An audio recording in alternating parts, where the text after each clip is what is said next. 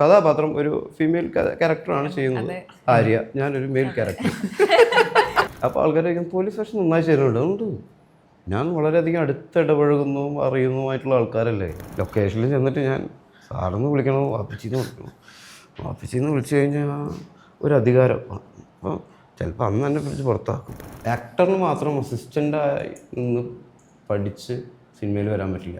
എന്തെങ്കിലും നമ്മളെ പറ്റുള്ള അപവാദം വരുമ്പോൾ നമ്മൾ ഏഴ് തലയ്ക്ക് ഇടാന്നല്ലാതെ അത് വേറെ ഒന്നിനും ഉപകരിക്കില്ല.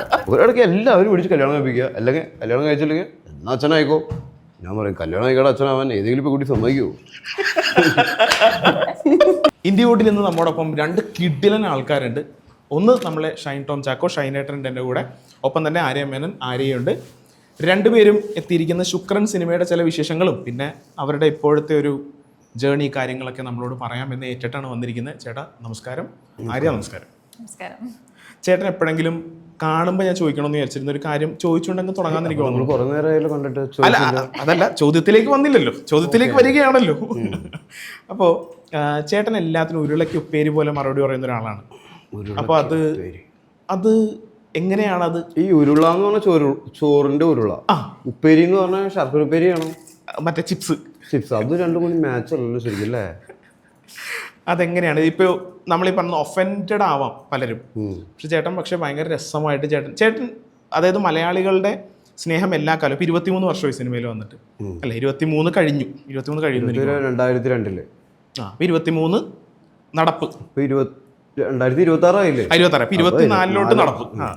അപ്പോൾ ഇത്രയും നാൾ മറുപടികളൊക്കെ പറഞ്ഞെങ്കിലും അല്ലെങ്കിൽ തമാശകളും സന്തോഷവും ഒക്കെ പറയുന്നു. ഈ പറഞ്ഞ പോലെ നല്ല രീതിയിൽ ഉരുളക്ക് ഉപ്പേരി പോലെ മറുപടി വന്നു. പക്ഷെ അത് ഭയങ്കര ശ്രദ്ധിച്ചാണ്, അതല്ലെങ്കിൽ ആളുകളെ ഒന്നും വെറുപ്പിച്ചിട്ടൊന്നുമില്ല. അപ്പം അതെങ്ങനെയാണ് ആ ഒരു കല?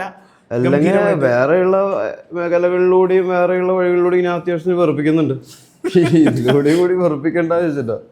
പക്ഷേ പിന്നെ നമ്മളെന്ത് ഈ കുരുതകേട് ചെയ്ത് നടക്കുമ്പോഴും ഇങ്ങനെയായി നിൽക്കുന്നതാണ് എപ്പോഴും നല്ലത്. പിന്നെ അത്രയ്ക്ക് അങ്ങോട്ട് പ്രശ്നക്കാരനാണെന്ന് ഒരു തോന്നലുണ്ടാവില്ല.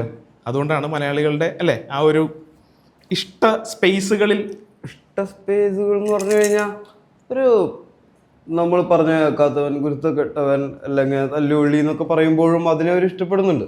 പിന്നെ ഞാൻ ചെറുപ്പം മുതലേ കാണുന്ന പടങ്ങളിൽ അങ്ങനത്തെ ക്യാരക്ടേഴ്സിനോടാ നമുക്ക് കൂടുതൽ താല്പര്യം, അല്ലെങ്കിൽ അങ്ങനത്തെ ക്യാരക്ടേഴ്സിനെ ചുറ്റിപ്പറ്റിയിട്ടാ സിനിമകൾ മൊത്തം ഉണ്ടായിരുന്നത്. പിന്നെ ചെറുതായിട്ട് അധോലോക നായകന്മാരെ ആരാധിച്ചിരുന്നു നമ്മൾ അല്ലേ? ഇപ്പോൾ ഉത്സവപ്പെറ്റെന്ന് പറഞ്ഞ ലാലേട്ടൻ്റെ പടത്തിനേക്കാളും 20-ാം നൂറ്റാണ്ടല്ലേ നമ്മൾ കണ്ടിട്ട് കൈയടിച്ചിട്ടുള്ളത്. സത്യം. അപ്പം അതേപോലെ തന്നെ ഗോഡ് ഫാദർ എന്ന് പറയുന്ന ചിത്രമാണല്ലോ. ഏത് ഗോഡ് ഫാദർ? ഇംഗ്ലീഷിലെ. അതാണല്ലോ വലിയ സിനിമ എന്ന് പറയണത്. ഇതൊക്കെ അധോലോകക്കാരുടെ കഥയാണ്. പക്ഷെ ജീവിതത്തിൽ കൈയടി മാത്രം ഇല്ല, ചീത്തവിളിയാന്ന് മാത്രം. അധോലോകക്കാർക്ക് നമ്മൾ അധോലോകമായിട്ടൊന്നും പറയല്ല, മനസ്സിലായി. അപ്പോൾ ചെറുപ്പത്തിൽ ഞാൻ പടം കാണുമ്പോൾ ഞാൻ വിചാരിക്കും സഗർ ഇലിയാസ് ജാക്കി ആവണോ അതോ ആരാവണം, ആര്യനിലെ മോഹൻലാൽ ആണോ അതോ സേതു ആവണോ എന്നുള്ള കൺഫ്യൂഷനിൽ ഇങ്ങനെ നടക്കുമ്പോഴാണ് ഇതെല്ലാം ആവണമെങ്കിൽ എന്താവണം, ആക്ടർ ആയിക്കഴിഞ്ഞാൽ നമുക്കിതെല്ലാം ചെയ്യാം എന്നുള്ള ഒരു ഇതിലേക്ക് എത്തുന്നത്. അത് അങ്ങനെയാണ് കൈയടി കിട്ടാൻ ചാൻസ് ഉള്ളൂ. അല്ലാതെ റിലിയാസ് ജാക്ക് ശരിക്കും ആയി കഴിഞ്ഞാൽ കൈയടി കിട്ടാൻ കുറച്ച് പാടായിരിക്കും. കൈവിലങ്ങ് കിട്ടാനായിരിക്കും പാടില്ല. പിന്നെ നമ്മൾ വിചാരിക്കും വേറെ രാജ്യത്തൊക്കെ പോയി സുഖമായിട്ട് ഇങ്ങനെ ജീവിക്കാന്ന്. പക്ഷെ എന്ത് സുഖം, നമുക്ക് നാട്ടുകാരുടെ മുന്നിൽ അത്യാവശ്യം നല്ല തിരക്കടിയും കാണിച്ച് ജീവിക്കാനല്ലേ രസം. ഞാനേ ആര്യടുത്ത് ഈ പടത്തിൻ്റെ ഒരു ഈ ശുക്രൻ്റെ കാസ്റ്റിലേക്ക് വരുന്നതിൻ്റെ ആ ഒരു വരവിനെ കുറിച്ച് ചോദിക്കാൻ വെച്ചു. പക്ഷെ അതിനേക്കാൾ മുന്നേ ചോദിക്കാനുള്ളത് ഈ സിനിമയിൽ ഗംഭീര കാസ്റ്റ് ഉണ്ട്. ഷൈൻ ചേട്ടൻ, അതേപോലെ തന്നെ ബിബിൻ ചേട്ടനുണ്ട്, കോട്ടയം നസീറൊക്കെ ഉണ്ട്, മാലാ പാർവതി ചേച്ചിയുണ്ട്. അപ്പോൾ ഇനിയുണ്ട്, ഇനിയൊരു നീണ്ട നിരയുണ്ടെന്നല്ലേ? ആദ്യ പിന്നെ നമ്മുടെ ചന്തു. അപ്പൊ നമ്മള് അതിന്റെ ഒരു പൗരുഷം. ഞാൻ ഇതാ ചോദിക്കാൻ പോകുന്നത്, ഇങ്ങനെ ട്രോൾ ചെയ്യുന്നതും ഇങ്ങനെ കോമഡി അടിക്കുന്നതും. കോമഡി അല്ല, സീരിയസ് ആയിട്ട് നേരിട്ടൊന്ന് കണ്ടാൽ മതി. അതെ അല്ല, ഞാൻ പറയുന്നത് വെച്ചിട്ടുണ്ടെങ്കിൽ ഞങ്ങൾ എല്ലാവരും തമാശയൊക്കെ പറയുന്ന ആൾക്കാരാണല്ലോ എന്ന് കരുതി പറയാം. അപ്പൊ ഇവരുടെ കൂടെ സെറ്റിലുണ്ടായ രസങ്ങളോ അത് എങ്ങനെയായിരുന്നു? ആ ഒരു ഞങ്ങൾക്ക് അങ്ങനെ അധികം കോമ്പിനേഷൻ സീൻസ് ഉണ്ടായിട്ടില്ല. അപ്പൊ അന്ന് അധികം സംസാരിച്ചിട്ടില്ല. ഞങ്ങൾ ഇന്ന് വരണ വഴിക്കാ കുറെ സംസാരിച്ചത്. കുറെ സംസാരിക്കാൻ തന്നെ ഞാൻ കുറെ സംസാരിച്ചു. അന്നം വിട്ട് പോലെ നിൽക്കുന്നുണ്ട്, ബാക്കിൽ ഇരിക്കുന്നുണ്ടായിരുന്നു. പിന്നെ പുള്ളി ഒരു ശാസ്ത്രീയ നൃത്തം പഠിച്ചിട്ട് നടക്കുന്ന ഒരു കുട്ടിയാണ്. ഭരതനാട്യം, മോഹിനിയാട്ടം, കുച്ചിപ്പുടി ഉണ്ടോ? സിംഗിൾ ഡാൻസ് ഉണ്ടാവില്ല. സിംഗിൾ ഡാൻസ് ഉണ്ടോ? നാടോടി നൃത്തം അതിപ്പോ പഠിക്കേണ്ട കാര്യമില്ലല്ലോ. അത് സ്കൂളിൽ കലോത്സവത്തിന് വേണ്ടി മാത്രം പഠിക്കുന്ന ഒരു ഐറ്റമാണ്. മറ്റൊക്കെ ശാസ്ത്രീയമായിട്ട് പഠിക്കേണ്ടതാണ്. അപ്പൊ അങ്ങനത്തെ എല്ലാ സാധനങ്ങളും കയ്യിൽ. അപ്പൊ സ്കൂളിൽ ശാസ്ത്രീയമായി പഠിച്ചിട്ടില്ലേ? ഏത് ക്ലാസ്സിലാണ് ആദ്യമായിട്ട് ഭരതനാട്യം പഠിക്കാൻ തുടങ്ങിയത്? ഞാൻ ആക്ച്വലി 5 വയസ്സ് മുതൽ പഠിക്കുന്നുണ്ട്. 5 വയസ്സെന്ന് പറഞ്ഞു കഴിഞ്ഞാൽ 6ല് ഒരു 1ാം ക്ലാസ്, അപ്പൊ UKG മുതലാ. അപ്പോ വർണ്ണൊക്കെ ഏത് ക്ലാസ്സിൽ അരങ്ങേറ്റം നടത്തി? 1ാം ക്ലാസ്സിൽ. തട്ടടമൊക്കെ മുദ്രകൾ ചേട്ടൻ പഠിച്ചിട്ടുണ്ട്. അല്ലാതെ പിന്നെ ഞാനിതെങ്ങനെ ഡാൻസ് ഒക്കെ കളിക്കണ അല്ല, എനിക്ക് മോണാക്ട് ചെയ്യുമായിരുന്നു സ്കൂളിലെന്ന് എനിക്കറിയാം. ഡാൻസിന്റെ കാര്യം എനിക്ക് പിന്നെ ഞാൻ ഭീഷ്മപർവ്വതത്തിലെ ബോഡിയൊക്കെ ഇങ്ങനെ അതുണ്ട്.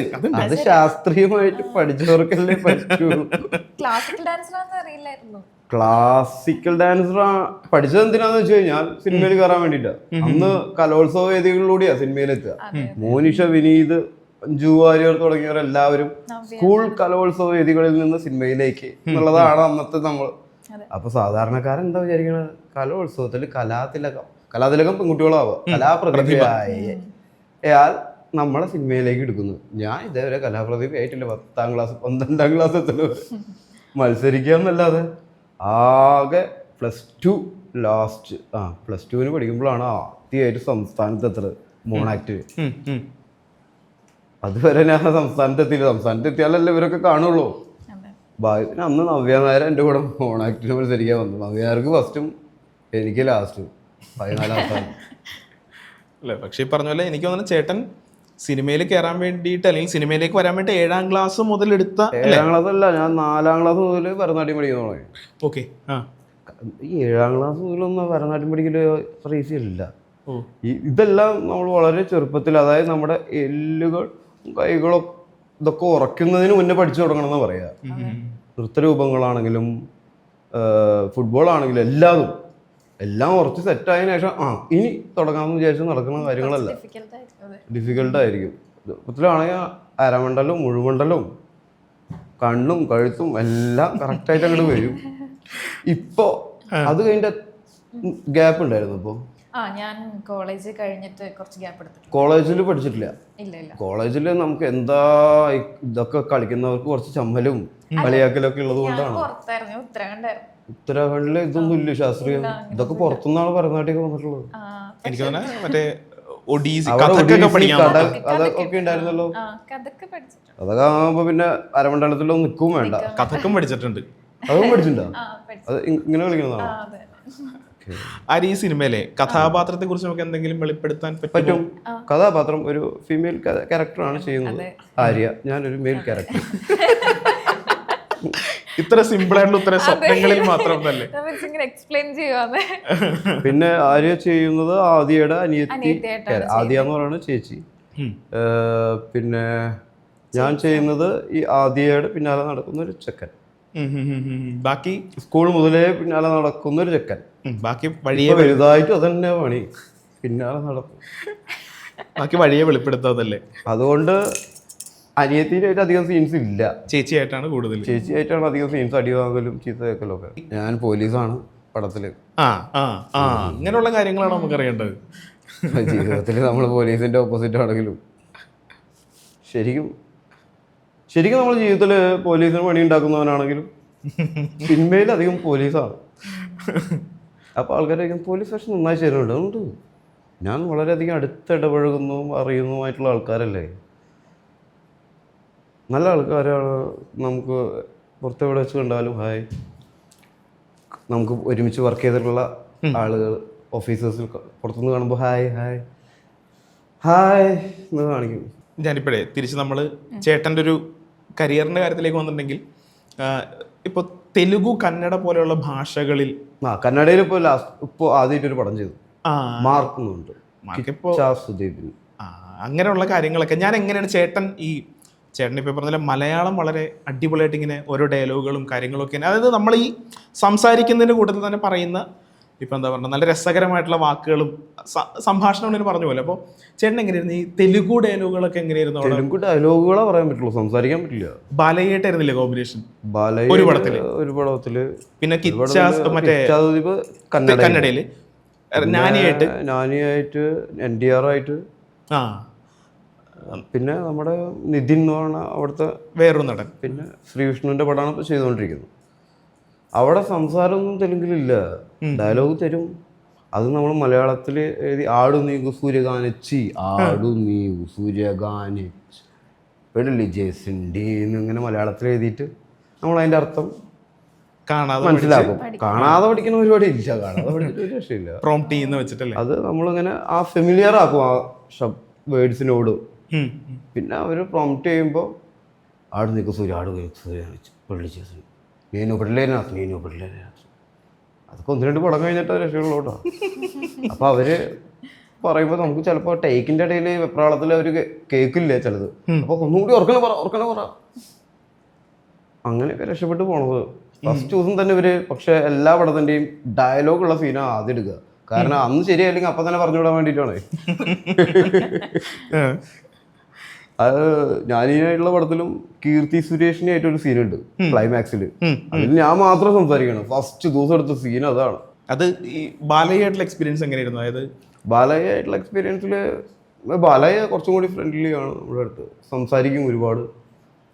ഷോട്ട് കഴിഞ്ഞാലും വന്നിരുന്ന് പുള്ളിയുടെ അച്ഛൻ്റെയും കഥകളും സിനിമകളെ പറ്റിയൊക്കെ പറയും. ഡാഡി ആയിട്ടായിരുന്നു കൂടുതൽ പുള്ളി സംസാരവും ഒക്കെ. അവരൊരുപാട് നേരം സംസാരിച്ചിട്ടുണ്ട്. ഡാഡി മലയാളത്തിലും ബാലയ്യ തെലുങ്കിലും. എന്നാ എനിക്ക് മനസ്സിലായി ഇതൊക്കെ സംസ്കൃതത്തിൽ നിന്ന് വന്നതാണല്ലോ. എന്താ പിന്നെ ഇവിടെ സുഖം തന്നെ. ഈ ഭാഷ സിനിമയ്ക്ക് ഒരു ലാംഗ്വേജ് ഉണ്ട്, ബോഡി ലാംഗ്വേജ് എന്ന് പറയുന്ന സാധനം. അതാണ് മെയിനായിട്ട് ഇവരൊക്കെ ഉപയോഗിക്കുന്നത്. ആ വാ ഇരിക്കുക. ഇതിപ്പോ ആർക്കാൻ വേണ്ട ഏത് ഭാഷയിൽ പറയണോ? ഇപ്പൊ ഏത് ഭാഷയിൽ പറഞ്ഞാലും നമുക്ക് അറിയാലോ. ചീത്ത പറയുകയാണെങ്കിലും മുഖം മാറും, ചായ കൊടുക്കുക അല്ലേ. പിന്നെ ഇവിടെ ഇങ്ങനെ ഇരുന്ന് സംസാരിക്കുന്നവരെ മാത്രം എന്തായിരുന്നു വിശേഷങ്ങളൊക്കെ, ക്ലാസിക്കൽ നൃത്ത അഭ്യാസം ഭേദമായി, ഏതൊക്കെ പറഞ്ഞു പഠിച്ചു, ഇങ്ങനെയൊക്കെ സംസാരിക്കുന്ന രക്ഷയില്ല. അതാണ് പ്രശ്നം. ബാക്കിയുള്ളതൊക്കെ നമുക്ക് ഏകദേശം ഒരു ധാരണ കിട്ടും. ചേട്ടാ ഇപ്പോൾ ഒരുപാട് കഥാപാത്രങ്ങൾ ചെയ്തു. ചേട്ടൻ്റെ ഒരുപാട് കഥാപാത്രങ്ങളൊന്നും ചെയ്തിട്ടില്ല ശരിക്കും. വളരെ കുറച്ച് കഥാപാത്രങ്ങൾ ചെയ്ത് തുടങ്ങിയിട്ടുണ്ട്. പക്ഷെ ഈ പറഞ്ഞ പോലെ തന്നെ പണ്ട് ഒരു തിയേറ്റർപ്പായ ഉണ്ടായിരുന്നു അവിടെ ഭക്ഷണം ഒരുപാട്. അപ്പോൾ പുള്ളി വന്നിട്ട് ഓണത്തിന് ഒരു 10-200 ഇഡ്ഡലി കഴിച്ചു. അപ്പോൾ പുള്ളി ജയിച്ചു. അപ്പോൾ വിളിച്ചു പറയാം 200 ഇഡ്ഡലി കഴിച്ചാൽ തിയേറ്റർപ്പായ ജയിച്ചിരിക്കുന്നു. വിളിച്ചു പറയാതോ എനിക്ക് വീട്ടിൽ ചെന്ന ഭക്ഷണം കിട്ടൂല. അപ്പൊ കുറച്ച് പറഞ്ഞാൽ മതി എന്നല്ലേ? കുറച്ച് പറഞ്ഞ ഇത്രയും പറഞ്ഞതാ ഇനിയിപ്പോ പറഞ്ഞു അല്ലേ. ആര്യക്കഥ എത്രാമത്തോടെ? Second movie. First movie bad boys. ഓഹോ, ഇതിലാണെങ്കിൽ ശരിക്കും ബാഡ് ബോയ്സ്. ചേട്ടാ ഞാൻ ചോദിക്കാൻ വന്നേ, ഇപ്പോൾ നമ്മളുടെ ഒരു സ്വഭാവമായിട്ട് അടുത്ത് നിൽക്കുന്നത്, ഇപ്പോൾ ചേട്ടനെ നമ്മളിപ്പോൾ അറിയാവുന്നത് സിനിമയിലൂടെയും ചേട്ടൻ ഇന്റർവ്യൂസ് കണ്ടിട്ടും ഒക്കെയാണ് നമുക്കറിയാം. ചേട്ടന്റെ കഥാപാത്രങ്ങളിൽ ചേട്ടന്റെ സ്വഭാവമായിട്ട് ഏറ്റവും അടുത്തേക്കുന്ന ഒരു കഥാപാത്രം അങ്ങനെ ചെയ്തിട്ടുണ്ടോ? ഒരു കഥാപാത്രം ഇല്ല ആക്ച്വലി, ചെയ്തിട്ടില്ല. ഞാൻ അത്ര നല്ല ഒരു മനുഷ്യനും വളരെ നല്ല കാര്യങ്ങളൊക്കെ ചെയ്യുന്ന ഒരാളല്ല. ഞാൻ എൻ്റെതായ എല്ലാ മോശത്തരങ്ങളും എൻ്റെതായ എല്ലാ പ്രശ്നങ്ങളും ഉള്ള ഒരാളാണ്. അതാണ് എന്നെ ഞാനാക്കുന്നത്. അതെനിക്ക് നല്ലതാണ്, പക്ഷെ ബാക്കിയുള്ളവർക്ക് നല്ലതാണോ നല്ലതല്ലേ എന്ന് എനിക്കറിയില്ല. ഈ കറ നല്ലതാണെന്ന് പറയുമല്ലോ ചില വാർത്തകളിലെ, ആക്ച്വലി കറ നല്ലതല്ലല്ലോ ബാക്കിയുള്ളവർക്ക്. കറ നല്ലതാണ് ആർക്ക്? Surf park. അതേപോലെ നമ്മൾ ഈ മുരുക്കിന്റെ മുകളിൽ കുറെ മുള്ളുണ്ടല്ലോ, ആക്ച്വലി അത് മോശമല്ലേ, പക്ഷെ മുരുക്കിനെ സംബന്ധിച്ച് നല്ലതല്ലേ? മുരുക്കിനെ വളരെ നല്ലതാണ്. പിന്നെ നാട്ടിലുള്ള കുറച്ച് പേർക്കും നല്ലതാണ്.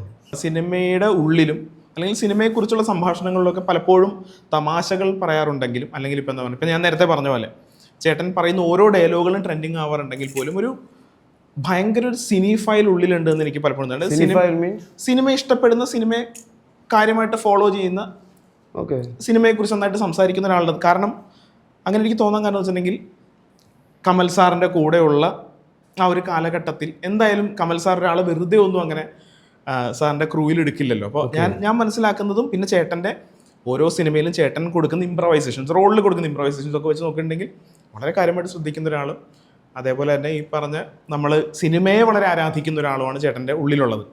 അപ്പോൾ ചോദിക്കുന്നത് എങ്ങനെയായിരുന്നു കമൽ സാറിനെ എടുത്തിരുന്നപ്പോൾ എങ്ങനെയാണ് സാറിൻ്റെ ടീമിലേക്ക് എൻട്രി ചെയ്യുന്ന പ്രോസസ്സ് എങ്ങനെയായിരുന്നു? സിനിമയെ അങ്ങനെ ആരാധിക്കുക എന്ന് പറഞ്ഞു കഴിഞ്ഞാൽ എൻ്റെ കുട്ടിക്കാലത്ത് ഞാൻ ഓർമ്മ വയ്ക്കുന്ന സമയത്ത് ഞാൻ കണ്ണു വീഴ്ച നോക്കുന്ന സമയത്ത് സിനിമ മാത്രമായിരുന്നു എൻ്റെ ചുറ്റും ഉണ്ടായിരുന്നത്. അതായത് 53 ജനിച്ചൊരു പയ്യനാണ്. 53 ജനിച്ചൊരു പയ്യനെ സംബന്ധിച്ച് ഞാനൊരു 86 ആകുമ്പോൾ ഇത്തിരി ബോധവും പരിപാടികളൊക്കെ ചുറ്റുപാടും രാത്രിയും പകലും TV അല്ലെങ്കിൽ സിനിമ, തിയേറ്റർ, കപ്പലണ്ടി അങ്ങനെയൊക്കെ തിരിച്ചറിയാൻ തുടങ്ങിയിട്ടുണ്ട്. അപ്പോൾ സിനിമ മാത്രമായിരുന്നു അന്നത്തെ കാലത്ത് വീട്, സ്കൂള് അല്ലാതെ നമ്മൾ കണ്ടുകൊണ്ടിരുന്നൊരു സാധനം അല്ലേ. അതായത് മലയാളിയെ സംബന്ധിച്ച് സിനിമ എല്ലാ ആഴ്ചകളിലും സിനിമ, അതും അത്രയും വലിയ വലുപ്പത്തിൽ ആളുകളുടെ കൂട്ടത്തിൽ ഇരുട്ടത്ത് ശബ്ദത്തിൽ ഇരുന്ന് കാണുമ്പോൾ അതൊരു അനുഭവമായിരുന്നു. ശരിക്കും അതൊരു അഡിക്ഷനായിരുന്നു. അതിനെപ്പോലെ ചെയ്യണം എന്നുള്ള ആഗ്രഹം ആയിരുന്നു അത് കണ്ടപ്പോൾ മുതലേ. ഇതെന്താണ് പരിപാടിയെന്ന് അറിയില്ല. എല്ലാവരും അങ്ങോട്ട് നോക്കിയിരിക്കുന്നുണ്ട്, രസിക്കുന്നുണ്ട്, കൈയടിക്കുന്നുണ്ട്, വിഷമിക്കുന്നുണ്ട്. ഇന്റർവെൽ സമയത്ത് ഓടി അവരെ കാണാൻ തന്നെ പോയിട്ടുണ്ട് ഞാൻ സ്ക്രീനിന്റെ പിന്നിൽ. ഇവരെ അന്നെല്ലാം ഡയറക്റ്റ്ലി എടുക്കുകയാണല്ലോ. അമ്പിളിമാവനോട് ചാടി പിടിക്കുന്ന കാലഘട്ടമാണ് അല്ലേ. നമ്മുടെ ആരാണ് അവന് ചാടി പിടിക്കാൻ പോയത്? ഹനുമാൻ. അതതിനെ അതാ അപ്പം കൊണ്ട് അല്ലെങ്കിൽ ഒക്കെ ഡയറക്റ്റ്ലി എടുക്കുന്നതല്ലേ. നമ്മൾ തമ്പാച്ചൻ തന്നതാണ് മോനെ മോനെ എന്ന് പറയുമ്പോൾ അപ്പൂച്ചി വരും, സിബാബ് വരും എന്നൊക്കെ പറയുമ്പോൾ എല്ലാത്തിനെയും ഡയറക്റ്റ് എടുക്കുന്ന സമയമാണ്. അപ്പോൾ നമ്മൾ മുന്നിൽ നടക്കുന്ന ഇത് കണ്ടിട്ട് നമ്മൾ വിചാരിച്ചത് ഇതിൻ്റെ പിന്നിലാണെന്ന ആൾക്കാർ. അപ്പോൾ നമ്മൾ അങ്ങോട്ട് ഓടിപ്പോകുന്ന സമയത്ത് നമ്മളെ പിടിക്കുകയും ചെയ്യും. അപ്പോൾ നമ്മൾ ഉറപ്പിച്ചു ഇതിൻ്റെ പിന്നിൽ തന്നെയാണ് വരുന്നത്. അപ്പോൾ ചെറുപ്പം മുതലേ നമ്മളപ്പോൾ അത് മാത്രമായിരുന്നു. പിന്നെ TV-കളും ചാനലുകളും മൊബൈലുകളും പരിപാടികളും ഫാൻറ്റസി പാർക്കുകളും മോളുകളും വേറെ പരിപാടികളൊന്നും ഇല്ലല്ലോ. പിന്നെ ബന്ധുക്കളുടെ കല്യാണം, ആഘോഷം, പെരുന്നാൾ, അതൊക്കെ തന്നെയുള്ളൂ. പക്ഷെ എല്ലാം നമ്മൾ കണക്ട് ചെയ്യുന്ന സിനിമ വെച്ചിട്ടാണ്. ഓണാണെങ്കിലും ക്രിസ്മസ് ആണെങ്കിലും വിഷു ആണെങ്കിലും റംസാൻ ആണെങ്കിലും എല്ലാം സിനിമയെ കണക്ട് ചെയ്തിട്ടാണ് വരുന്നത്. ആ സമയങ്ങളിൽ കറക്റ്റായിട്ട് നമ്മുടെ ഉള്ളിൽ കൺമുന്നിൽ ഉണ്ടായിട്ടുള്ളവരാണ് മമ്മൂക്ക, മോഹൻലാൽ എന്നൊക്കെ പറയുന്ന താരങ്ങൾ. ഇന്നത്തെ പിള്ളേർ ലാലേട്ടൻ്റെ ആ പടം ഈ പടം എന്നൊക്കെ പറയുമ്പോൾ നമ്മൾ പറയും ഇതൊക്കെ നമ്മൾ ലാലേട്ടൻ കണ്ട ആൾക്കാരാ. മമ്മൂക്ക കണ്ടതെന്ന് പറഞ്ഞാൽ അവരിങ്ങനെ അങ്ങോട്ട് വരണ സംഭവം നമ്മൾ കണ്ടതാണ്. അന്ന് നമുക്കറിയില്ലായിരുന്നത് എന്താ. ഞാൻ കണ്ടുപിടിച്ച് പോകുന്ന ലാലേട്ടനി മമ്മൂക്കയുടെയൊക്കെ പടങ്ങളാണ്. എന്നിട്ട് ആ കമൽ സാറിൻ്റെ അടുത്തേക്ക് എത്തുന്ന പ്രോസസ്സ് ആ സമയത്ത് തന്നെ ഞാൻ പൊന്നാനിയിലാണ് ജനിച്ചു വളർന്നത് എന്ന് പറയാം. ശരിക്കും പൊന്നാനിക്കാരല്ല, ഞങ്ങൾ തൃശ്ശൂരാണ്. അപ്പോൾ പൊന്നാനിയിൽ എങ്ങനെയൊക്കെയോ ഇവർ തൃശ്ശൂരാണ്. എൻ്റെ അച്ഛനും അമ്മയും തൃശ്ശൂരുകാരാണ്, ക്രിസ്ത്യാനി കാത്തലിക് കുടുംബമാണല്ലോ. അപ്പോൾ ഈ പൊന്നാനി എന്ന് പറയുന്ന മലപ്പുറത്തുള്ള കോസ്റ്റൽ ഏരിയയിൽ ഈ അറ്റത്ത് കിടക്കണം. അതായത് തൃശ്ശൂരാണ് ഏറ്റവും അടുത്തവർക്ക് മലപ്പുറത്തിനേക്കാൾ. അന്ന് ഈ സ്കൂളുകളിലും മുസ്ലിം സ്കൂളുകളിലൊക്കെ പഠിപ്പിക്കാൻ വരുന്നത് ഇവിടെയുള്ള നസ്രാണികളാണ്, തൃശ്ശൂരുള്ളത്. കാരണം അവിടെയുള്ള പെൺകുട്ടികളും ഒക്കെ 10ാം ക്ലാസ് 8ാം ക്ലാസ് ഒക്കെ നമ്മൾ കല്യാണം കഴിച്ച് വിടുകയാണല്ലോ. അപ്പോൾ അമ്മ പഠിപ്പിക്കാനായിട്ട് അങ്ങോട്ടും അച്ഛൻ കച്ചവടത്തിനായിട്ട് ഇങ്ങോട്ടും ഒന്ന് പൊന്നാനിയിലേക്ക് എത്തി. അവിടെ ഞാൻ ജനിച്ചു വളരുമ്പോൾ അപ്പുറത്തെ വീട്ടിൽ TV ഉണ്ട്, VCR ഉണ്ട്, കാസറ്റ് ഉണ്ട്. ഒരു മച്ചാൻ ഇടയ്ക്ക് വരും ഗുഡ് ഡേ ബിസ്ക്കറ്റൊക്കെ ആയിട്ട്. അത് പിന്നീടാണ് കമൽ സാറാണെന്ന് അറിയുന്നത്. മനസ്സിലായ പുള്ളിയാണെങ്കിലും വേറെ കൊടുങ്ങല്ലൂർ എന്ന് പറഞ്ഞ സ്ഥലത്ത് വന്നിട്ട് ഇവിടെ വന്ന് സെറ്റിലായിരിക്കുക. ഭാര്യയ്ക്ക് MES കോളേജിൽ പ്രൊഫസർ. അപ്പോൾ ആദ്യമായിട്ട് പുള്ളി ഈ പടത്തിൻ്റെ ഷൂട്ടിങ്ങിനൊക്കെ ആയിട്ടാണ് പോകുന്നത്. അപ്പോൾ എപ്പോഴെങ്കിലും വരുമ്പോൾ ഗുഡ് ഡേ ബിസ്ക്കറ്റ് ആയിട്ട് വരും. ഇപ്പോഴല്ലേ ഗുഡ് ഡേ ബിസ്ക്കറ്റ് എങ്ങനെയാണ് വന്നിരുന്നതെന്ന് മനസ്സിലായി എനിക്ക് സാറിൻ്റെ അടുത്തേക്ക്. അന്ന് ഈ പെട്ടിയിലായിരുന്നു ഗുഡ് ഡേ ബിസ്ക്കറ്റ്. ഇന്നത്തെ പോലെ പ്ലാസ്റ്റിക് കവറിലല്ല, ബോക്സിലായിരുന്നു. അപ്പോൾ പുള്ളിക്കൊരു മകനുണ്ട് ജനുസ് എന്ന് പറഞ്ഞിട്ട്. പുള്ളിയാണ് സിനിമ സംവിധാനം ചെയ്തത്. അപ്പോൾ ഞങ്ങളൊക്കെ ഏകദേശം ഒരേ പ്രായം. അവൻ എന്നെക്കാട് കുറച്ച് താഴെ. അപ്പോൾ നമുക്ക് ജനുസിനായിട്ടാണ് കൂടുതൽ പരിചയം. ജനുസിൻ്റെ വീട്ടിലുള്ള നൂലപ്പവും പാല് പഞ്ചസാര കഴിച്ചിട്ട് രാവിലെ കഴിക്കുന്നതും അവിടെ നിന്ന് കാണുന്ന സിനിമയൊക്കെ. കുറേ കഴിഞ്ഞ് വലുതായി വരുമ്പോഴാണ് അറിയണത് അത് സിനിമ സംവിധായകനായിരുന്നെന്നും അമലാണെന്നും. അപ്പോൾ നമ്മൾ ഇഷ്ടപ്പെട്ട സാധനം ഉണ്ടാക്കുന്ന ആളായിരുന്നു അപ്പുറത്ത്. അപ്പം നമുക്കൊരു പിടിവള്ളിയായിരുന്നു അത്. പിന്നീട് ഈ സ്കൂൾ പഠിത്തം കഴിഞ്ഞ് അങ്ങോട്ട് എത്താൻ വേണ്ടിയിട്ട് അങ്ങനെ +2 കഴിഞ്ഞ് ഈ +2 വരെ എത്തിയ കാര്യമാണ് ഞാൻ. അതിൻ്റെ ഇടയിൽ എങ്ങനെയൊക്കെ എത്താൻ പറ്റുമോ നോക്കിയതാണ് കലോത്സവങ്ങളും വേദികളും പരിപാടികളും. അവിടെ നിന്ന് അതേ ലാസ്റ്റ് +2 പരീക്ഷയ്ക്ക് മുന്നേ അമ്മ പറഞ്ഞു, ഇനിയിപ്പോൾ ഏതായാലും അവർക്കറിയാലോ ഓരോ കൊച്ചു വളർന്നു വരുമ്പോൾ എന്തൊക്കെയാവും, ഇങ്ങനെ എന്തൊക്കെ പറ്റും എന്തൊക്കെ പറ്റൂലെന്ന് പറഞ്ഞു. നീ എന്തായാലും സംസാറിന് പോയി കണ്ടേക്ക്. അപ്പം തന്നെ ഞാൻ വണ്ടി കയറി കൊച്ചിക്ക്. അറിയൊന്നുമില്ല സ്ഥലം, കൊടുങ്ങല്ലൂരാണ് വീടെന്ന് അറിയാം. പിന്നീട് സാറ് പൊന്നാനിയിൽ നിന്ന് വൈഫിന് ട്രാൻസ്ഫർ വാങ്ങി, ടീച്ചർക്ക് ട്രാൻസ്ഫർ വാങ്ങി കൊടുങ്ങല്ലൂർ MESലേക്ക് പോയി. പിന്നെ നമ്മൾ കണ്ടിട്ടില്ല, ഇടയ്ക്ക് എപ്പോഴെങ്കിലൊക്കെ കാണാൻ ശ്രമിക്കാറുണ്ട് ചെട്ടിക്കാട് പള്ളിയിൽ വരുമ്പോൾ. കൊടുങ്ങല്ലൂർ വഴി സാറിനെ കാണാനൊക്കെ ശ്രമിക്കും, സാറിനെ കാണാറില്ല. അങ്ങനെ വൈഫിനെയും പിന്നെ ഈ പപ്പലൂന്ന് വിളിക്കുക, ജനുസിനെ. സാറിനെ വാപ്പിച്ചിന്നാണ് വിളിച്ചിരുന്നത്. കാരണം ഈ മക്കള് വിളിക്കണതാണല്ലോ അപ്പുറത്തെ വീട്ടുകാർ വിളിക്കുക. എൻ്റെ ഡാഡിയും മമ്മിയും ഞാൻ വിളിക്കുന്ന കേട്ടിട്ട് അവൻ ഡാഡിയും മമ്മിയെന്നും വിളിക്കും, അവൻ വിളിക്കുന്ന കേട്ടിട്ട് ഞാൻ വാപ്പിച്ചിയും മൂച്ചിന്നും വിളിക്കും. പിള്ളേർ എല്ലാം വലുതാവുമ്പോഴല്ലേ പിന്നെ അയ്യോ വാപ്പിച്ചി. ലൊക്കേഷനിൽ ചെന്നിട്ട് ഞാൻ സാറൊന്ന് വിളിക്കണം, വാപ്പിച്ചിന്ന് വിളിക്കണം. വാപ്പിച്ചിന്ന് വിളിച്ചു കഴിഞ്ഞാൽ ഒരു അധികാരം. അപ്പോൾ ചിലപ്പോൾ അന്ന് തന്നെ പിടിച്ച് പുറത്താക്കും, മനസ്സിലായ? അപ്പം പിന്നെ സാറിനാണ് എല്ലാവരും വിളിക്കുന്നത്. സാറിന് എങ്ങനെ വിളിക്കുന്നത്? ക്ലാസ്സിൽ എടുത്തിട്ടുമില്ല, ലൊക്കേഷനിൽ എല്ലാവരും സാറ് ഇത് ഡയറക്ടറല്ലേ, ഡയറക്ടറിനെ എന്തിനാ സാറിന്ന് വിളിക്കണം? അന്ന് ഞാൻ ലൊക്കേഷനിൽ വരുമ്പോൾ സമയത്ത് ഞാനായിരുന്നു ഏറ്റവും ചെറിയ പൈതൽ. +2 കഴിഞ്ഞിട്ട് ആണ് ഞാൻ ജോയിൻ ചെയ്യണതേ. ഇന്നിപ്പോൾ എൻ്റെ താഴെ എല്ലാവരും, ഈ ആര്യ അടക്കം, ആര്യയുടെ ചേച്ചി അടക്കം, ഇതായിരിക്കണം വിഷ്ണു, നിങ്ങളെല്ലാവരും എൻ്റെ താഴെയല്ലേ. ഞാൻ 53 ഡേറ്റ് ഓഫ് ബർത്ത്, നിങ്ങളൊക്കെയാ അതിൻ്റെ താഴെയല്ലേ? അതിൻ്റെ താഴെ 43 വയസ്സായിട്ട് ഇപ്പോഴും നമ്മളിട്ട് ഓടിക്കുക ആൾക്കാർ. നമ്മൾ പ്രായം പുറത്ത് പറയാൻ പാടില്ല. പ്രായം പുറത്തല്ലാതെ പിന്നെ അകത്തേക്ക് ഞാൻ ഒന്നുമില്ല. അടുത്ത റൂമിലാണ് ഞാൻ ഡോറെടുത്തിട്ടുണ്ട്, എനിക്ക് 43, എനിക്ക് 40. നമ്മളപ്പോ അങ്ങനെ കമൽ സാറിന്റെ കൂടെ അല്ലേ വരുന്നു. ഇതൊക്കെ ഞാൻ കുറെ സ്ഥലത്ത് അവിടെ ഇവിടെ ആയിട്ട് വേറെ രീതിയിലൊക്കെ പറഞ്ഞിട്ടുണ്ട്. പക്ഷെ ഇതിൽ ഇനിയും കുറെ കഥകളുണ്ട്. പക്ഷെ അത് കേട്ട ആളുകൾ കുറച്ച് ബോറടിയായിരിക്കും. അങ്ങനെ ഞാൻ സാറിൻ്റെ അടുത്തേക്ക് എത്തുന്നത്. അന്ന് ഞാൻ സാറിൻ്റെ അടുത്ത് എത്തുമ്പോൾ സാറ് ഗ്രാമഫോൺ ഷൂട്ട് ചെയ്തുകൊണ്ടിരിക്കുക. അപ്പം ഞാൻ അഭിനയിക്കാൻ വേണ്ടിയിട്ടാണ് ഞാൻ ചെല്ലുന്നത്. മോണാക്ടിന് കിട്ടിയതും കലോത്സവത്തിലൊക്കെ പങ്കെടുത്ത് അവിടെ ഇവിടെ 2ും 3ും ഗ്രേഡും B ഗ്രേഡൊക്കെ കിട്ടിയ ഒരു കറുപ്പ് ബോർഡിൽ ഇങ്ങനെ ഒട്ടിച്ചിട്ടുണ്ട്, ന്യൂസ് പേപ്പറിലുള്ളത്. അന്ന് ഈ കേസും മറ്റു കേസൊന്നും ഉണ്ടായിരുന്നില്ല ഒട്ടിക്കാൻ. എന്നിട്ട് ഞാൻ സാറിൻ്റെ അടുത്ത് കാണിക്കാൻ വേണ്ടി, സാറേ എനിക്ക് അഭിനയിക്കാൻ. അവിടെ ചെന്നപ്പോൾ ഞാൻ ഒന്നും എടുത്തില്ല. ഗ്രാമഫോണിൻ്റെ സെറ്റും വെളിച്ചവും ബഹളമൊക്കെ കണ്ടപ്പോൾ വായ ഓർക്കാൻ പറ്റണില്ല എനിക്ക്. നമ്മൾ വിചാരിച്ച പോലെ അത്ര എളുപ്പമല്ല. അപ്പോൾ സാറിൻ്റെ അടുത്ത് എങ്ങനെയൊക്കെയോ കണ്ടുപിടിച്ച് സാറിൻ്റെ ലിഫ്റ്റിൽ ഞാൻ കയറി. ചെറിയ കുട്ടിയായതുകൊണ്ട് ഇടയിലൊക്കെ കൂടെ കയറി പറ്റിയതായിരിക്കാം. ഞാൻ പറഞ്ഞു, സാറേ ഞാൻ ചാക്കോ ചേട്ടൻ്റെ മോനാണ്, പൊന്നാനിയിലുള്ളത്. ഓ നീ എന്താ ഇവിടെ? സാറ് എനിക്ക് അസിസ്റ്റൻ്റ് ഡയറക്ടറായിട്ട് വർക്ക് ചെയ്യണം. അങ്ങനെ പറഞ്ഞു. കാരണം അഭിനയിക്കണം ഞാൻ അവിടെ നിന്ന് പറഞ്ഞു കഴിഞ്ഞാൽ ഭയങ്കര കോമഡി ആയി പോകും.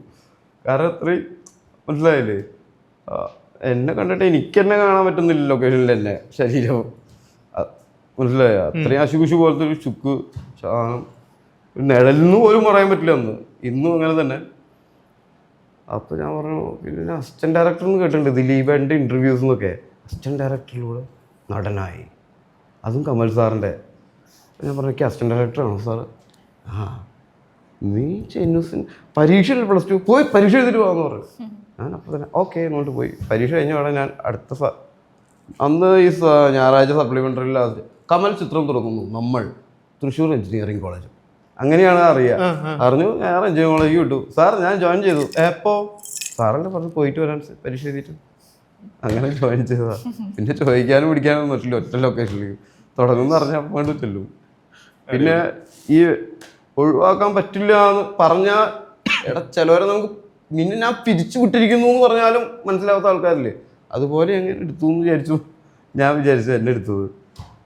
ഞാൻ പറഞ്ഞു, സാറേ ഞാൻ ഇവിടെ എത്ര ആൾക്കാരുണ്ടല്ലോ ലൊക്കേഷനിൽ, ഞാനും കൂടി ഇവിടെ നിൽക്കുന്നതുകൊണ്ട് വലിയ പ്രശ്നമൊന്നുമില്ലല്ലോ, വേറെ എവിടെയും പോയി എനിക്കൊന്നും ചെയ്യാനില്ല, ഭക്ഷണമൊക്കെ ഞാൻ പുറത്തുനിന്ന് കഴിച്ചോളാം, ചായ വേണമെങ്കിൽ പുറത്തുനിന്ന് കഴിച്ചോളാം, ഞാൻ അമ്മയുടെ വീട്ടിൽ നിന്ന് വന്നോളാം എന്നൊക്കെ പറഞ്ഞു. അങ്ങനെയൊക്കെ ഓരോന്ന് പറഞ്ഞ് കയറി.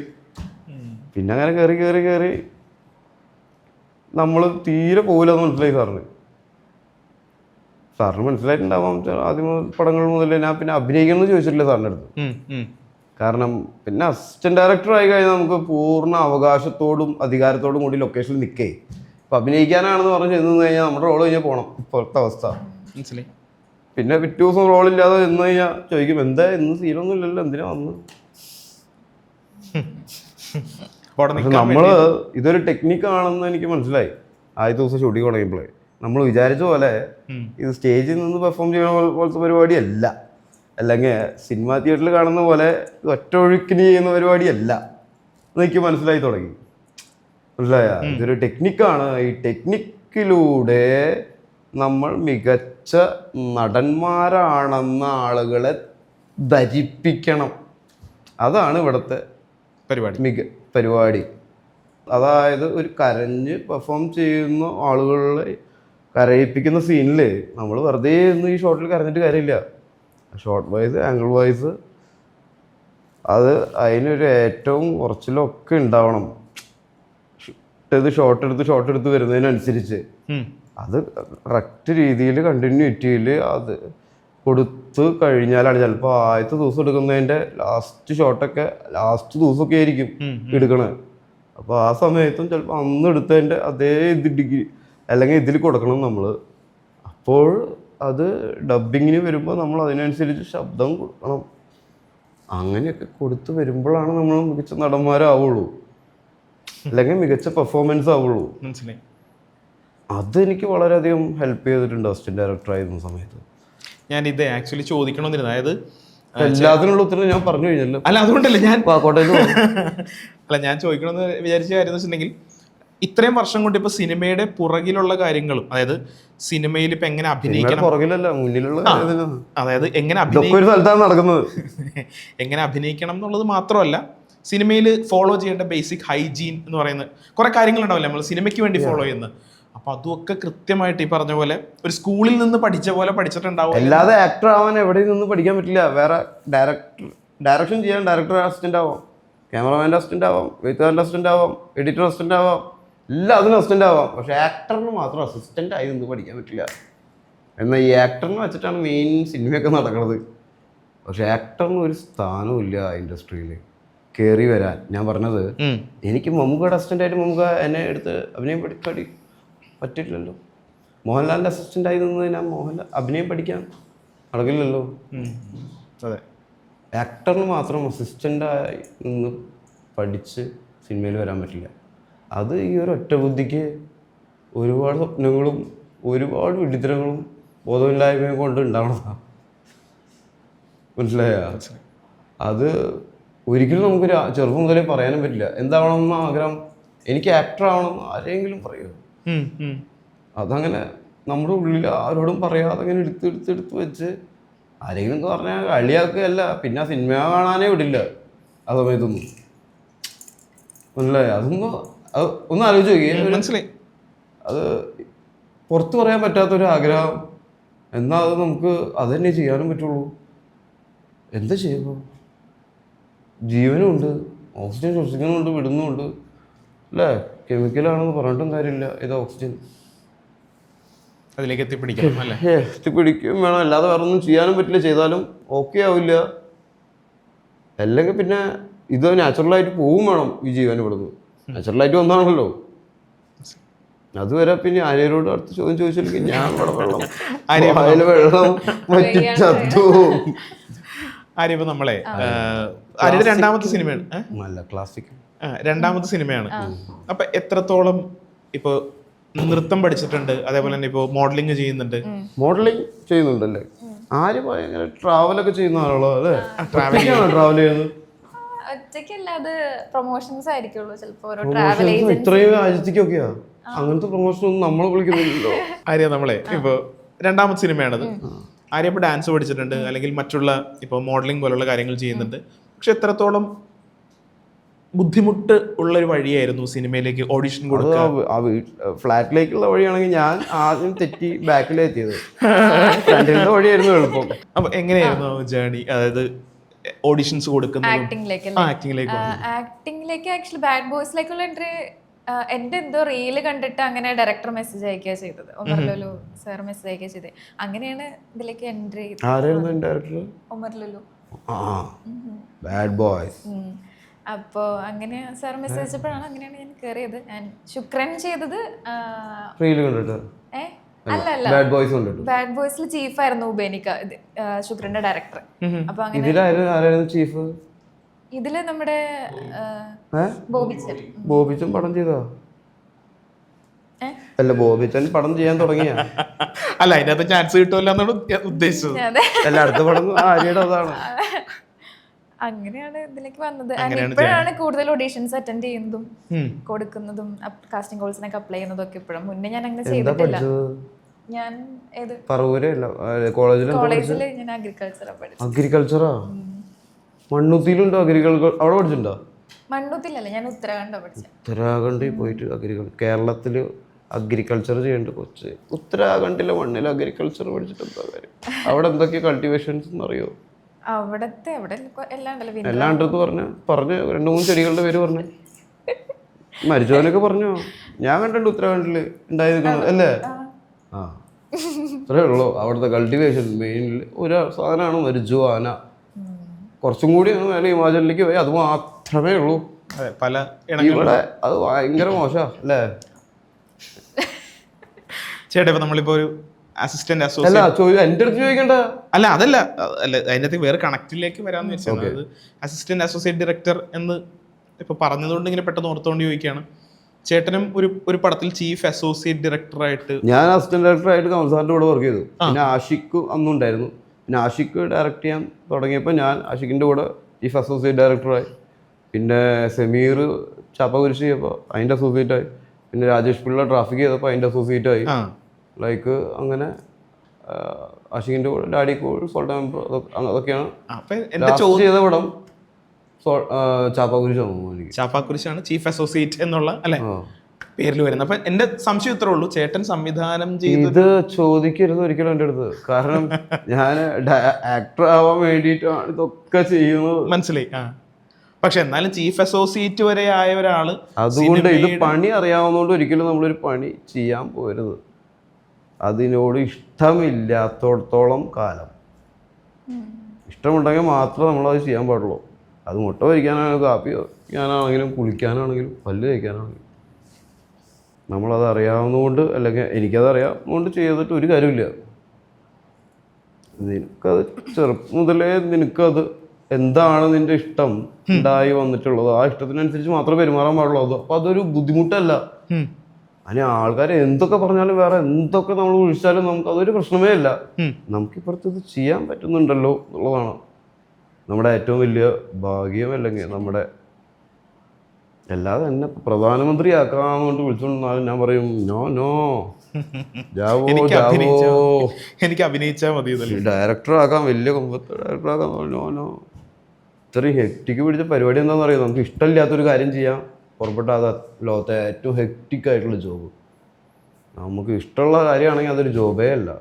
പക്ഷേ ഈ പറഞ്ഞ പോലെ ചീഫ് അസോസിയേറ്റ് എന്നൊക്കെ പറയുമ്പോൾ സംവിധായകന്റെ ഏറ്റവും എന്താ പറയുക വിശ്വസ്തനായിട്ടുള്ള ആളായിരിക്കും. വിശ്വസ്തനാണെന്ന് ഇതില്ല, ഏറ്റവും ക്രാഫ്റ്റ് കൊണ്ടും പല സമയങ്ങളിലും ഞാൻ അങ്ങനെ ചീഫ് അസോസിയേറ്റ് ഡയറക്ടർ കാരണം കൺഫ്യൂസ്ഡ് ആകുന്ന ഡയറക്ടേഴ്സിനെ കണ്ടിട്ടുണ്ട്. എന്ത് സംഭവിക്കണം. കാരണം പുതിയതായിട്ടൊരു ഡയറക്ടർ ഇപ്പോൾ വരുന്ന സമയത്ത് ഇപ്പം അധികം പടം വർക്ക് ചെയ്യുന്നുണ്ടല്ലോ, ഒരു പടം വർക്ക് ചെയ്യുന്നുണ്ട്. അപ്പോൾ ഇവർ പരിചയസമ്പന്നമായ ഏതെങ്കിലും അസോസിയേറ്റ് ഡയറക്ടറിനെ വയ്ക്കും. പുള്ളിയാണ് ആ കൺഫ്യൂഷൻ ആക്കി കളയുക. പുള്ളിക്ക് കുറച്ച് അറിയാലോ. പുള്ളി മനസ്സിലായില്ലേ? ഞാൻ മനസ്സിലായി. കോട്ടയംകാരനല്ല പറഞ്ഞത്. അങ്ങനത്തെ കുറച്ച് പേരുണ്ട്. അതിപ്പോൾ വേടാകുമ്പോൾ അങ്ങനെ വിളിച്ചു പറയാതെ കൊടുക്കുക എന്ന് പറയുന്ന പോലെ, അതിപ്പോൾ നമ്മൾ ലെഫ്റ്റ് ഇങ്ങനെ ആണെങ്കിൽ റൈറ്റ് അങ്ങനെ, ഇത് ബ്രേക്ക് ചെയ്യാനേ സമ്മതിക്കില്ല. കാരണം അവർ പഠിച്ചതിൻ്റെ അവിടെ മറ്റേ മച്ചാനിൻ്റെ ഉള്ളിൽ സാധനമുണ്ട്, പഠിച്ചിട്ടില്ല ചെയ്തിട്ടില്ല എന്നുള്ളൂ. അതിന് ബ്രേക്ക് ചെയ്യണം നമ്മളെപ്പോഴും. നമ്മളെ ഏറ്റവും കൂടുതൽ ബ്രേക്ക് ചെയ്യേണ്ടത് നമ്മുടേതായിട്ടുള്ള കുറേ ചിന്തകളെയും ഐഡിയകളെയാണ്. പൂമ്പാറ്റ അതിൻ്റെ തന്നെ എന്ത് പ്രശ്നം അല്ലേ, പുറത്തിട്ട് ആണല്ലോ പുറത്തേക്ക് വരുന്നത്, പിന്നെ അത് മരിച്ചു പോകും. ചേട്ടൻ മോട്ടിവേഷൻ കണ്ടെത്തുന്ന, മോട്ടിവേഷൻ കണ്ടെത്തുന്നത് എങ്ങനെയാണ്? അതായത് ഇൻസ്പിറേഷൻ, മോട്ടിവേഷൻ. അതായത് ഞാൻ ഇടയ്ക്ക് എന്നെ ഇങ്ങനെ കുറച്ച് ഇങ്ങനെ അധികം പുറത്തൊന്നും ഇറങ്ങാൻ പറ്റാത്ത സ്ഥലത്ത് കൊണ്ടുവന്ന് കുറച്ച് മോട്ടിവേറ്റഡ് ആവും. അല്ല, ഇപ്പം നമ്മൾ പൊതുവെ കലാകാരന്മാരെല്ലാവരും അതായത് ഒരു അൺസർട്ടനിറ്റിയാണ് കലാകാരന്മാർക്കല്ല എല്ലാവർക്കും ഉള്ളതാണ്. നമ്മളിപ്പോ ഇവിടെ ഒന്നുമല്ലേ നിന്റെ കൂടെ എത്ര കാലം വേണമല്ലോ ജീവിതാവസാനം വരെ ഞാൻ ഉണ്ടാവും എന്ന് പറയും. അടുത്ത നിമിഷം തന്നെ വെട്ടിയിട്ട് അല്ലേ? Uncertainty is the best part of the life. അതുകൊണ്ടാണല്ലോ LIC ഒക്കെ ഇങ്ങനെ കാത്തി ഇത്രയും വലിയ കമ്പനി ആയത് അല്ലേ LIC? അതെ. അല്ലെങ്കിൽ ഒന്ന് ആലോചിച്ച് നോക്കി, നമ്മൾ മരിച്ചു കഴിഞ്ഞിട്ട് 10 ലക്ഷം കിട്ടും. അതെങ്ങനെയുണ്ട് ആ ബിസിനസ്? ചേട്ടാ നമ്മൾ തിരിച്ച് ശുക്രനിലേക്ക് വന്നിട്ടുണ്ടെങ്കിൽ, അപ്പോൾ ശുക്രൻ കാണാനായിട്ടുള്ള 1-2 കാരണങ്ങൾ ചോദിക്കുകയാണെങ്കിൽ നിങ്ങൾ രണ്ടുപേരും 2 കാരണങ്ങൾ വെച്ച് പറഞ്ഞു തരാമോ? അതായത് എന്തുകൊണ്ട് നമ്മൾ ശുക്രൻ കാണണം എന്ന് ചോദിച്ചിട്ടുണ്ടെങ്കിൽ. ശുക്രനിൽ ആര്യയുണ്ട്. അല്ല, നമ്മളിപ്പോ സ്ഥിരം ചെയ്തുകൊണ്ടിരിക്കുന്ന പടങ്ങളില് പുതിയതായിട്ട് നമ്മൾ ഇതുവരെ കാണാത്ത ഒരാൾ ആര്യ. പിന്നെ ചന്തു ഉണ്ട് ഇവിടത്തില്, എൻ്റെ പടങ്ങളിലില്ലാത്തത്. പിന്നെ വിപിനുണ്ട്. ആദ്യം എൻ്റെ മുന്നത്തെ പടത്തിലുണ്ട്, വീഡിയോയിലുണ്ട്, അതിലൊക്കെ ഉണ്ട്. പിന്നെ ആരാളുള്ളത്? ബിബിനുണ്ട്, ചന്തു ഉണ്ട്, ഇതൊക്കെ എന്നെ സംബന്ധിച്ച് കാണാൻ കാരണം.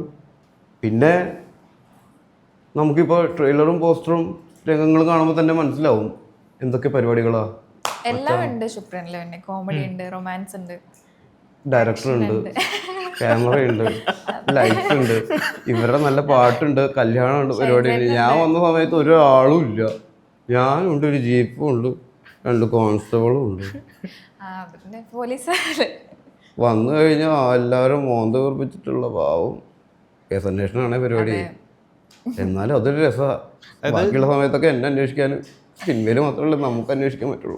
ഉബൈന് ചെയ്തതിന് മുമ്പത്തെ പടം എന്ന് വെച്ചിട്ടുണ്ടെങ്കിൽ നമ്മുടെ റാഹേൽ മകൻ കോര, തൊട്ടുമുമ്പ്. അതെന്ന് വെച്ചിട്ടുണ്ടെങ്കിൽ ഭയങ്കര ഫീൽ ഗുഡ് ഒരു സിനിമയായിരുന്നു. ഒരു അമ്മയും മകനും കൂടി ഉള്ളൊരു കഥയാണ്. ഫീൽ ഗുഡ് അല്ലേ?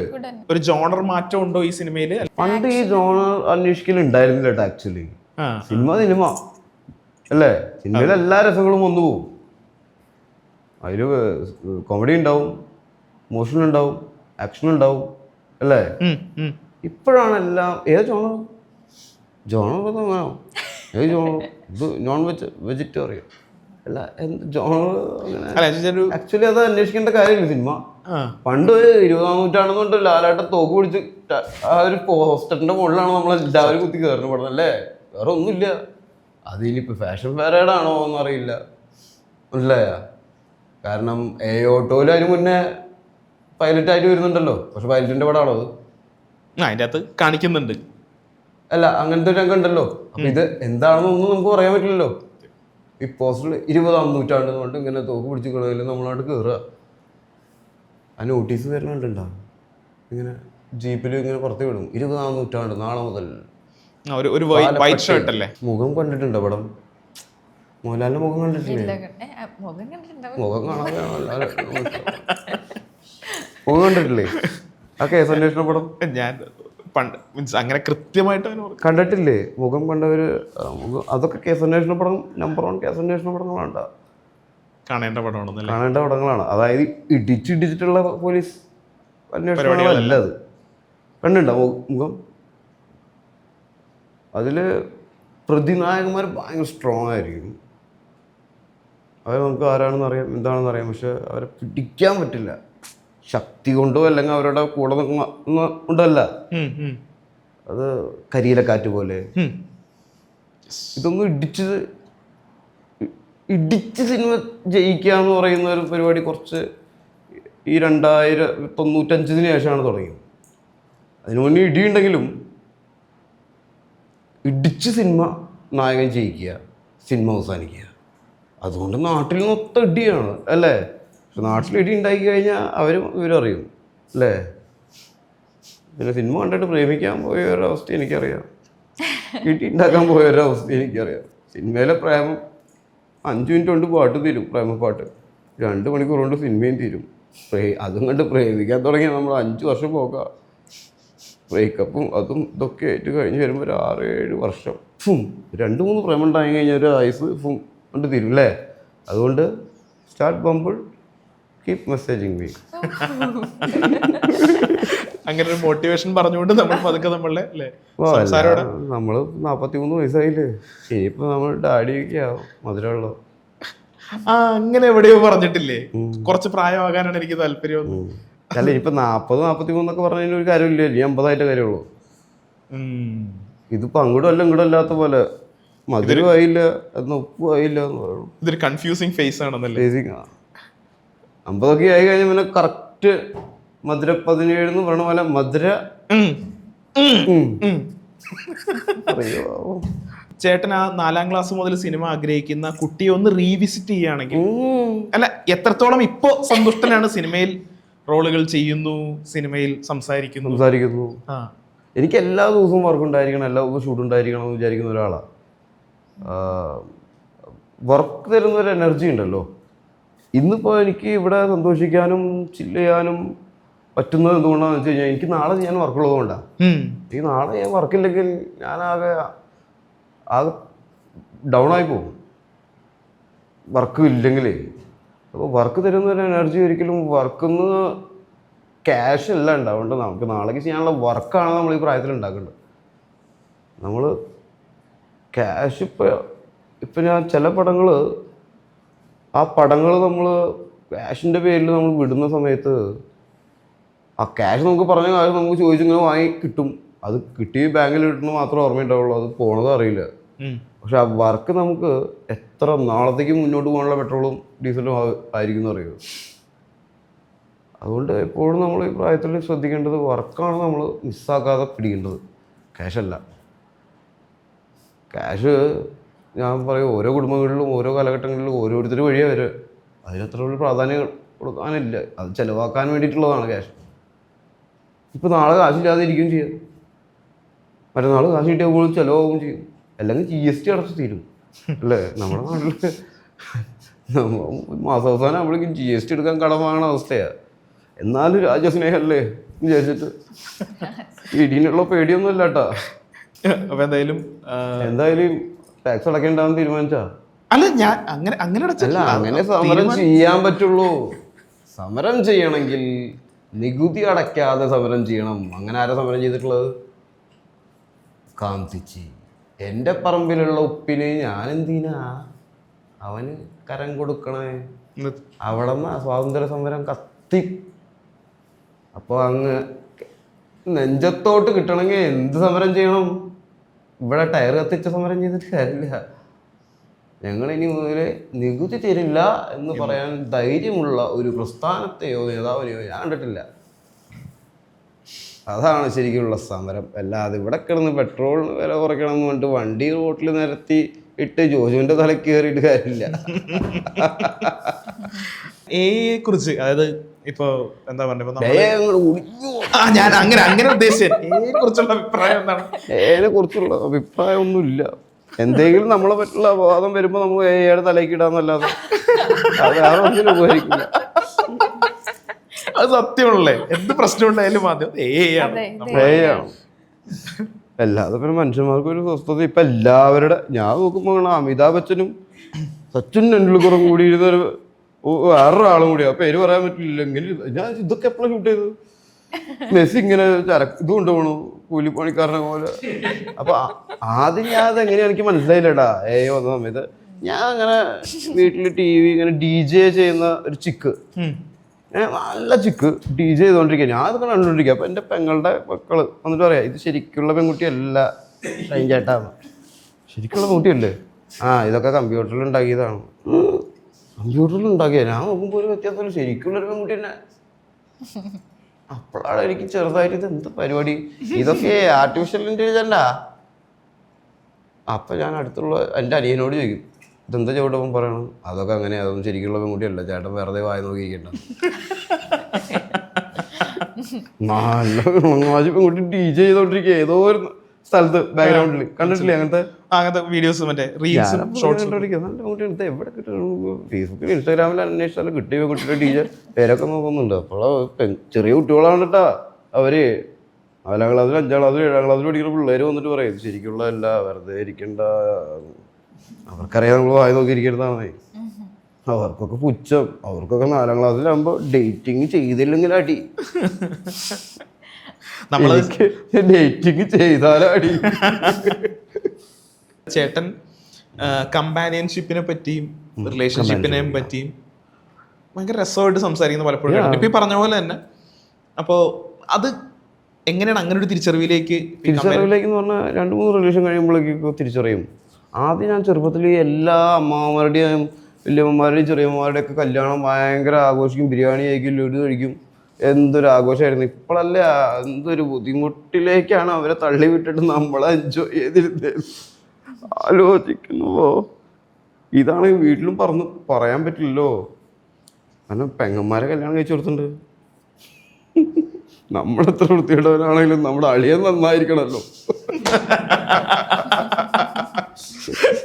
മനസ്സിലായ? അവിടെ നമ്മൾ തോറ്റു പോവാ. എന്നാലും ഞാൻ പറയും, അളിയ ഞാൻ ഇങ്ങനെയൊക്കെ പറയുകയില്ല, എനിക്ക് പറ്റാത്തതുകൊണ്ടാണ്. എല്ലാവർക്കും കമ്പാനിയൻഷിപ്പിൻ്റെ ആവശ്യമില്ല. ആവശ്യമുള്ളവർ മാത്രം. അങ്ങനെ അളിയനും പറയരുതേ എന്ന് പറയുമ്പോൾ ഞാൻ, കാരണം എല്ലാവർക്കും ആവശ്യമില്ല. എന്നെ സംബന്ധിച്ച് എനിക്ക് ഇവിടെ കിടക്കാം, ഇവിടുന്ന് അങ്ങോട്ട് പോവാം, ഇങ്ങോട്ട് പോവാം, എങ്ങോട്ട് വേണമെങ്കിലും പോവാം. എനിക്കൊരു പ്രശ്നമില്ല, ആരോടും ചോദിക്കണ്ട. ചിലവർക്ക് ഇവിടെ നിന്ന് മൂവ് ചെയ്യണമെങ്കിൽ ഒരാളോട് സംസാരിച്ച് വാങ്ങി അങ്ങനെ പറ്റുള്ളൂ. ഇല്ല, അപ്പൊ അങ്ങനെ ഉള്ളവര് മാത്രം ഒരാളെയും കൂടി കെട്ടുക എന്നാണ് ഇതിന്റെ പേര് ഒന്നാമത്, അല്ലേ? കെട്ടിക്കുക. അതായത് ഒരാളും മറ്റൊരാളെയും കൂടി കെട്ടുക. കെട്ടിക്കഴിഞ്ഞാൽ എന്താ അവസ്ഥ? രണ്ടുപേരെ കാല് കെട്ടിക്കഴിഞ്ഞാൽ മുന്നോട്ട് പോകാൻ പറ്റുമോ? ഒരേ ഇതിൽ പോകുമ്പോ ചിന്തയിലും ഭാവത്തിലും, അല്ലേ, മാവിലും പോകുമ്പോൾ മാത്രം മുന്നോട്ട് പോകാൻ പറ്റുള്ളൂ. അവർക്ക് പറക്കി ഓട് എന്ത് വേണം ചെയ്യാം. അല്ലെങ്കിൽ അത് അങ്ങോട്ട് വലിച്ച് ഇങ്ങോട്ട് വലിച്ചായി. മറ്റേ ചിത്രത്തിലെ പോലെ ചേട്ടൻ മറ്റേ ആള് കാവണിപ്പടി എന്ന് പറഞ്ഞ് ഇങ്ങോട്ട് വീണ് ആ സീൻ കണ്ടിട്ടില്ലേ നമ്മുടെ ലാലേട്ടനും? അപ്പോൾ കമ്പാനിയൻഷിപ്പ് ആവശ്യമുള്ളവർ ക്രിസ്ത്യാനിറ്റിയിൽ പറയും ഇതൊക്കെ ദൈവവിളികളാണ്. അച്ഛനാവുക അല്ലെങ്കിൽ വിവാഹിതനാവുക എന്ന് പറയുന്നതൊക്കെ ദൈവവിളിയാണ്. പക്ഷേ ഒരിടയ്ക്ക് എല്ലാവരും പിടിച്ച് കല്യാണം കഴിപ്പിക്കുക, അല്ലെങ്കിൽ കല്യാണം കഴിച്ചില്ലെങ്കിൽ എന്നാ അച്ഛനായിക്കോ. ഞാൻ പറയും കല്യാണം കഴിക്കാതെ അച്ഛനാവാൻ ഏതെങ്കിലും ഇപ്പോൾ കൂടി സമ്മതിക്കുമോ? അപ്പോൾ പറയും കല്യാണം കഴിക്കാതെ അങ്ങനെ കൊച്ചുണ്ടാവുക. അതെ, കല്യാണം ഇപ്പം വളരെ അടുത്ത് കണ്ടുപിടിച്ചൊരു സമ്പ്രദായ. കൊച്ചുണ്ടാവുന്ന പറയുന്നത് ഏത് കാലം മുതലാ? അത് പറഞ്ഞാൽ എനിക്കിപ്പോഴും ഓലവടലോട്ട് അടി കിട്ടും. ഇതൊക്കെ നമ്മുടെ വീട്ടിലേക്ക് വരുമ്പോൾ നമുക്ക് അത്ര രസമുള്ള കാര്യമില്ല. നമുക്ക് തത്വം പറയാം ഇല്ല, അതാണ് നമ്മുടെ അവസ്ഥ. അപ്പം നമ്മൾ ഒന്നെങ്കിൽ മിണ്ടാതിരിക്കുക, നമ്മൾ നമ്മുടെ രീതിയിൽ ജീവിക്കുക, അല്ലെങ്കിൽ എല്ലാം അതേപോലെ വിട്ടുകൊടുക്കണം നമ്മൾ. അതായത് നമ്മളല്ല, നമ്മുടെ ചുറ്റും നമ്മുടെ വീട്ടിലുള്ളവർ. ആ സമയത്താണ് നമുക്ക് കുറച്ച് സാമുദായിക ബോധവും അളിയൻ നന്നാവണം എന്നുള്ള തോന്നലൊക്കെ. അപ്പോൾ ഒരുപാട് സന്തോഷം ചേട്ടാ. നമ്മള് ഒരുപാട് ഇരുന്ന് ചിരിച്ചു, ഒരുപാട് സംസാരിച്ചു. നമുക്ക് ഇരുന്ന് ചിരിക്കാനല്ലേ പറ്റുള്ളൂ, ചെയറിട്ട് തന്നിട്ടില്ലേ. ഇതാണ് ഞാൻ ആദ്യം ചോദിച്ച ഉരുളക്കുപ്പേരി തഗ്. അപ്പൊ ശുക്രൻ സിനിമ ഞാൻ നേരത്തെ പറഞ്ഞ പോലെ ചർച്ചയാവട്ടെ, അടിപൊളിയാവട്ടെ. നല്ല ചിരിക്കാനുള്ള എല്ലാവിധ പരിപാടികളും ചെയ്തു വെച്ചിട്ടുണ്ടായില്ലേ. ഞാൻ കുറച്ച് സീരിയസ് ആയിട്ടാണ്, അതുകൊണ്ട് ചിരിക്കാം. വേറെ പ്രോജക്റ്റുകളെ കുറിച്ച് എന്തെങ്കിലുമൊക്കെ വെളിപ്പെടുത്താറായിട്ടുണ്ടോ? വെളിപ്പെടുത്താറായിട്ടുണ്ടോ എന്ന് ചോദിച്ചു കഴിഞ്ഞാൽ വെളിക്ക് പുറത്തിറങ്ങി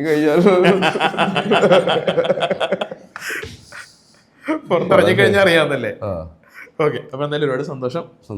താങ്ക് യു സോ മച്ച്.